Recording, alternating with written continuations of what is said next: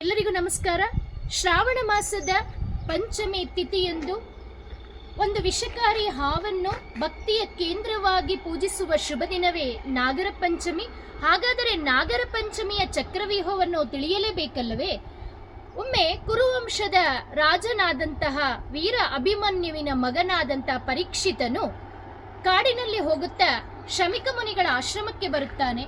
ಶಮಿಕ ಮುನಿಗಳು ಆತನಿಗೆ ಯಾವುದೇ ಉತ್ತರವನ್ನ ಕೊಡದೇ ಇದ್ದಾಗ ಕೋಪಗೊಂಡಂತ ಪರೀಕ್ಷಿತ ರಾಜನು ಸತ್ತು ಬಿದ್ದಿದ್ದ ಹಾವನ್ನು ಶಮಿಕ ಮುನಿಗಳ ಕೊರಳಿಗೆ ಹಾಕಿ ಹೊರಟು ಹೋಗುತ್ತಾನೆ.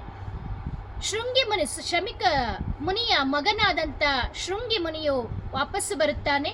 ತಂದೆಯ ಈ ಸ್ಥಿತಿಯನ್ನು ಕಂಡು ಕೋಪಗೊಂಡಂತ ಶೃಂಗಿ ಮುನಿಯು, ನನ್ನ ತಂದೆಗೆ ಯಾರು ಈ ಅವಮಾನವನ್ನು ಮಾಡಿದರೋ ಅವರು ಇನ್ನು 7 ದಿನಗಳ ಒಳಗಾಗಿ ತಕ್ಷಕ ನಾಗರಾಜನಿಂದಲೇ ಸಂಹಾರವಾಗಬೇಕೆಂದು ಆತ ಶಾಪವನ್ನು ಕೊಡುತ್ತಾನೆ.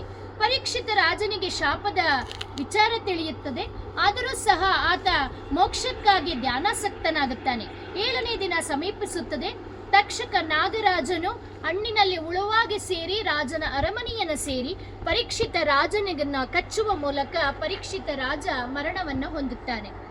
ಪರೀಕ್ಷಿತ ರಾಜನ ವೀರ ಮಗನಾದಂತ ಜನಮೇಜಯನು ತನ್ನ ತಂದೆಯ ಸಾವನ್ನು ಕಂಡು ಇಡೀ ನಾಗವಂಶವನ್ನು ನಿರ್ನಾಮ ಮಾಡಬೇಕೆಂದು ಇತಿಹಾಸ ಪ್ರಸಿದ್ಧವಾದಂತಹ ಸರ್ಪಸತ್ರ ಯಾಗವನ್ನು ಮಾಡಲು ಪ್ರಾರಂಭಿಸುತ್ತಾನೆ. ಸರ್ಪಸತ್ರ ಯಾಗದ ಒಂದು ಜ್ವಾಲೆ ಇಡೀ 3 ಲೋಕವನ್ನು ಆವರಿಸಿ ಎಲ್ಲ ನಾಗಜೀವಿಗಳು ಕೂಡ ಆ ಒಂದು ಯಜ್ಞಕುಂಡದಲ್ಲಿ ಚೀರುತ್ತಾ ಬಂದು ಬಿದ್ದು ಮರಣವನ್ನ ಹಪ್ಪುತ್ತವೆ. ಇದನ್ನ ಕಂಡಂತ ನಾಗವಂಶದ ಮುಖ್ಯಸ್ಥನಾದಂತ ರಾಜನಾದಂತ ನಾಗರಾಜ ವಾಸುಕಿಯು ತನ್ನ ಸಹೋದರಿಯಾದಂತ ಜರತ್ಕಾರಳನ್ನು ನನ್ನ ನಾಗವಂಶವನ್ನು ಉಳಿಸು ಎಂದು ಕೇಳುತ್ತಾನೆ. ನಾಗರಾಜ ವಾಸುಕಿ ತನ್ನ ಅಣ್ಣನ ಮರೆಯನ್ನ ಕೇಳಿದಂತ ಜರತ್ಕಾರಳು ಅಥವಾ ಮನಸೋ ದೇವಿಯು ತನ್ನ ಮಗನಾದಂತಹ ಮುನಿ ಮಹರ್ಷಿ ಆಸ್ತಿಕನನ್ನ ಕರೆದು ನಾಗವಂಶವನ್ನು ಉಳಿಸಲು ಹೇಳುತ್ತಾಳೆ. ಆಗ ಆ ಮಹರ್ಷಿ ಆಸ್ತಿಕನು ಜನಮೇಜಯನ ಆಸ್ಥಾನಕ್ಕೆ ಬರ್ತಾನೆ. ತನ್ನ ಅಪಾರವಾದ ಪಾಂಡಿತ್ಯವನ್ನು ಪ್ರದರ್ಶಿಸುತ್ತಾನೆ. ಜನಮೇಜಯನು ಸಂತೋಷಭರಿತನಾಗಿ ಅಗಸ್ತ್ಯ ಆಸ್ತಿಕ ಮುನಿಗೆ ಏನು ಬೇಕೆಂದು ಕೇಳಿದಾಗ ಈ ಸರ್ಪಸತ್ರ ಯಾಗವನ್ನು ನಿಲ್ಲಿಸು ಎಂದು ಆಸ್ತಿಕ ಮುನಿಯು ಜನಮೇಜಯ ರಾಜನಲ್ಲಿ ಕೇಳುತ್ತಾನೆ. ಆಗ ಜನಮೇಜಯನು ಯಾಗವನ್ನ ನಿಲ್ಲಿಸುತ್ತಾನೆ. ಇಡೀ ನಾಗವಂಶ ಉಳಿಯುತ್ತದೆ.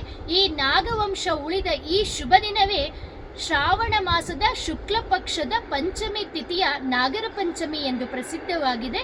ಆದ್ದರಿಂದ ಈ ಹಬ್ಬ ನಾಗರ ಪಂಚಮಿ ಅಣ್ಣ ತಂಗಿಯರ ಹಬ್ಬ, ತಂದೆ ಮಕ್ಕಳ ಬಾಂಧವ್ಯದ ಹಬ್ಬ, ನಂಬಿಕೆ, ಭಕ್ತಿ, ಶ್ರದ್ಧೆ ಹಾಗೂ ನಾಗದೋಷ ಪರಿಹಾರದ ಹಬ್ಬವಾಗಿ ನಮ್ಮ ಇತಿಹಾಸ ಅಥವಾ ನಮ್ಮ ಪುರಾಣದ ಚಕ್ರವ್ಯೂಹದಲ್ಲಿ ನಾವು ಕಾಣಬಹುದಾಗಿದೆ. ತಮ್ಮೆಲ್ಲರಿಗೂ ನಾಗರ ಪಂಚಮಿಯ ಮಂಗಳ ಶುಭಾಶಯಗಳು.